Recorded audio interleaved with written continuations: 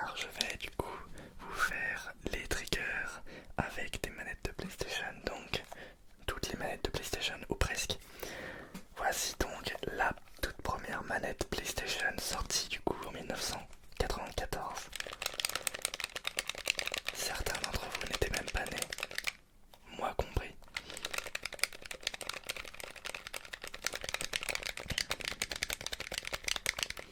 Cette console était sortie pas 6 ans avant moi.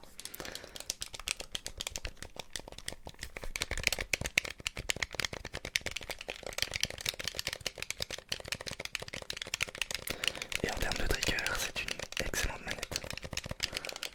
En termes de son.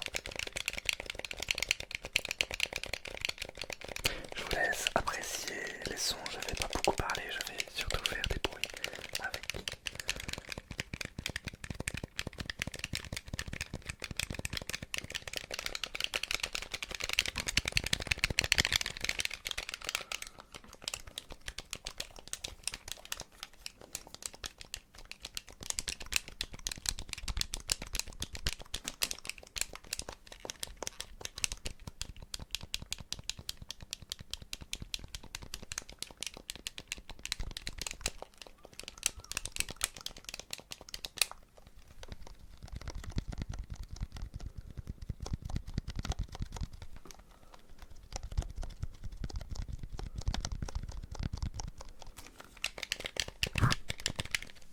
Oups.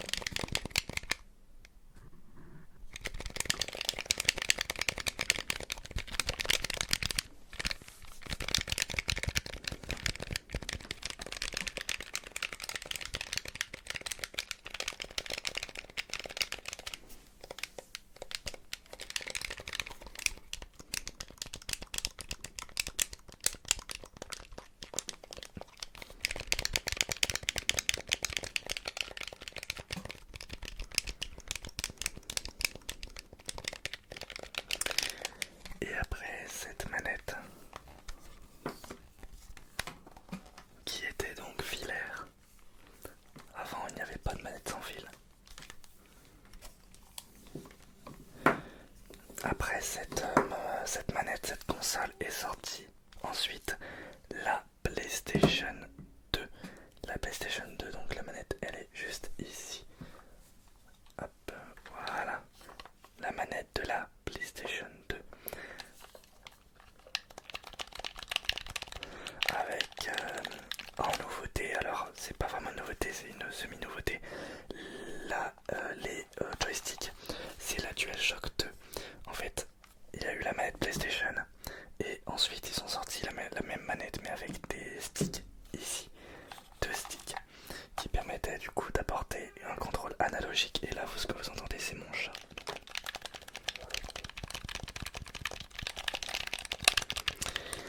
Il y avait aussi du coup en nouveauté, des touches ici L2 et R2 beaucoup plus grosses. Même les touches R1, ouais, elles sont un peu plus grosses aussi, plus accessibles donc. Voilà.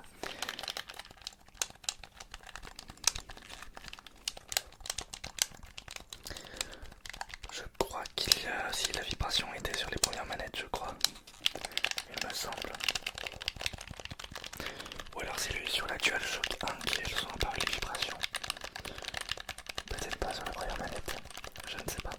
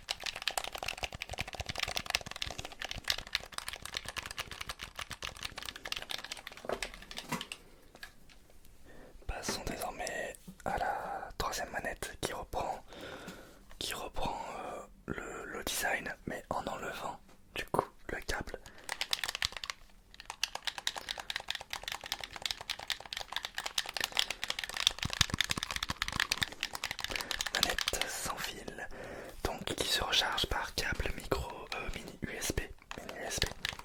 La DualShock 3. En nouveauté aussi, nous avons l'accéléromètre et le gyroscope pour jouer à des jeux de course, par exemple à Need for Speed, en tournant la manette. Mais c'est pas une fonctionnalité très appréciée du grand public. C'est surtout chez Nintendo avec la Wii qu'ils ont réussi à exploiter cette façon de jouer. Il y a aussi en nouveauté un petit bouton ici qui remplace le bouton analogue, un bouton PlayStation pour revenir au menu.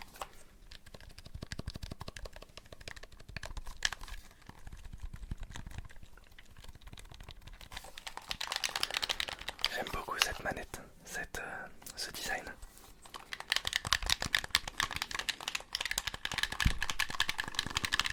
Enfin, ce design, je parle de la couleur. En maniabilité, on voit que ça commence un peu à vieillir, que la manette PlayStation n'est pas très adaptée. Il faudrait un peu changer son design pour la rendre plus jouable. Ah oui, et des gâchettes analogiques. Ce qu'il n'y avait pas du coup sur PS2, c'était des gâchettes, des boutons. Là, nous avons des gâchettes analogiques.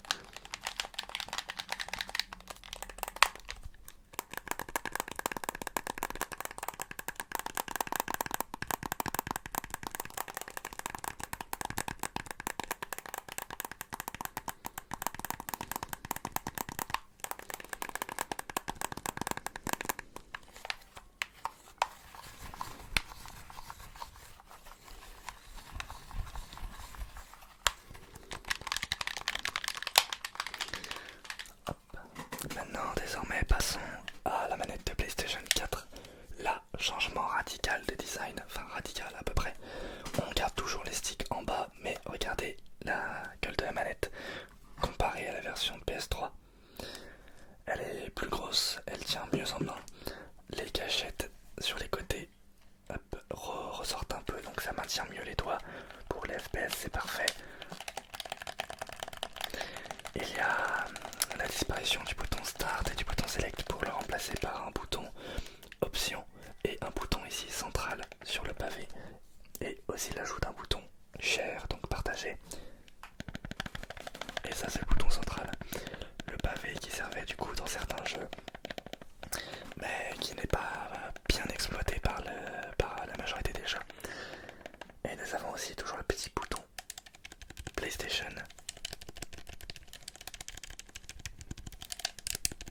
Il y a aussi un haut-parleur dessus pour faire sortir des sons, un port jack pour brancher du coup le casque pour pouvoir brancher des écouteurs, hein, voilà, écouter le son du jeu dans un casque plus facilement qu'avant. Et aussi, dernière nouveauté, enfin deux dernières, on peut recharger du coup avec un câble micro USB au lieu de mini USB. Et c'était assez commun du coup sur les smartphones de l'époque. C'était surtout le micro USB. Puis après on est passé à l'USB-C. Et il y a eu aussi la light bar, donc une barre lumineuse qui indiquait quel joueur on était, mais pas que, qui pouvait aussi ajouter des effets lumineux, par exemple dans GTA V, quand vous vous faites poursuivre par les flics, et bien vous pouvez faire briller rouge, bleu, rouge, bleu. Et ça, je trouve que ça apporte une certaine petite immersion. Je trouve ça sympa, surtout que la light bar reflète du coup sur le mur à côté de l'écran. Donc voilà, moi, il y en a qui portaient pas attention là-dessus. Moi, j'aime bien porter attention sur ce genre de détails. Et mon chat me casse encore les...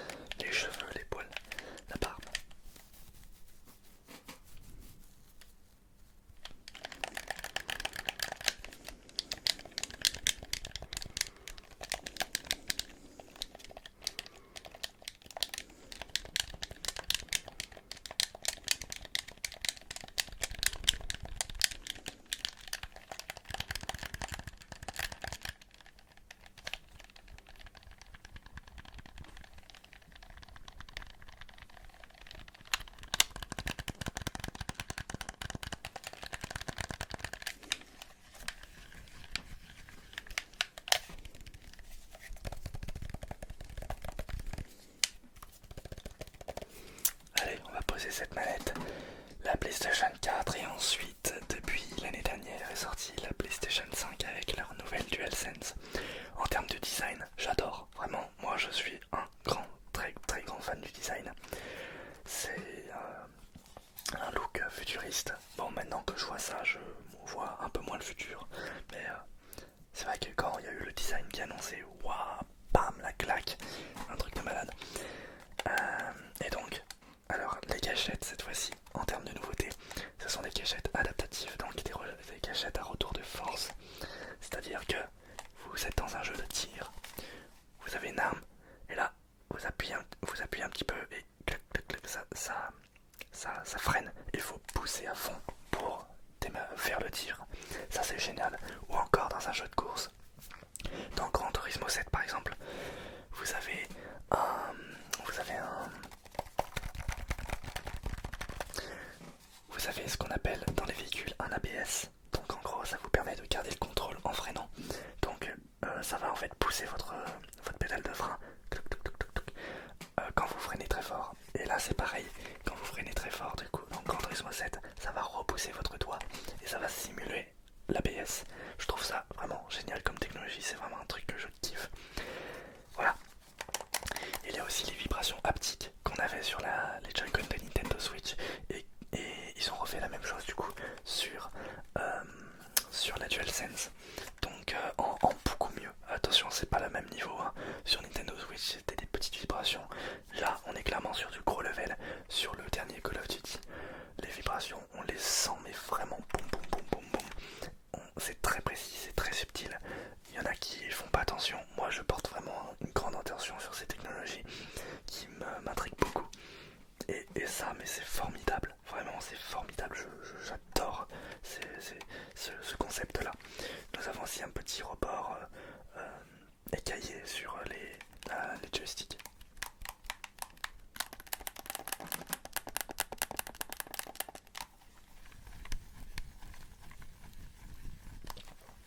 Les sticks sont plutôt silencieux quand on les tourne. Nous avons toujours le bouton PlayStation, mais cette fois-ci c'est le logo qu'on appuie, c'est pas un rond. Il y a toujours le haut-parleur et il y a un petit bouton de micro puisqu'ils ont ajouté un micro dessus. Et ça c'est super, c'est vraiment super pour parler tout simplement en vocal. Voilà, les gâchettes qui sont beaucoup plus grosses au-dessus. Un port USB-C pour recharger avec par exemple un câble de téléphone par exemple. Ça c'est une super idée l'USB-C. De toute façon c'est la norme aujourd'hui et c'est pas plus mal.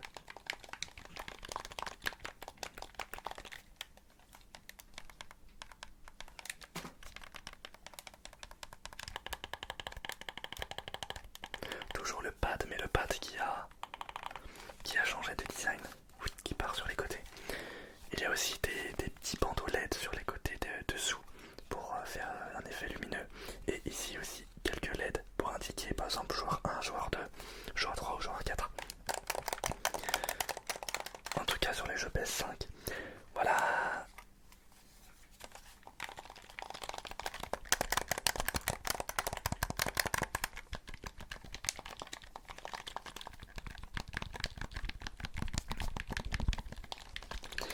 Voilà, c'était toutes les manettes de PlayStation, de la 1 à la 5, ou presque toutes, hein, voilà. Il y a aussi les PS Move que j'ai oublié, il y a la DualShock 1, les PS Move, l'accompagnant du PS Move, donc celui qui a un stick, voilà. Le PlayStation VR, mais ce n'est pas une manette. Et prochainement, il y aura le PlayStation VR 2. J'ai vu les nouveautés, mais ça m'intéresse vraiment. Je pense que je vais prendre le PSVR 2. Merci beaucoup à vous toutes et à vous tous d'avoir regardé cette vidéo Trigger manette PlayStation. Il est temps d'aller manger. J'ai très faim. Merci beaucoup à vous toutes et à vous tous. On se retrouve pour la prochaine vidéo ASMR sur le bric-à-brac. ASMR. Bonne nuit à toutes.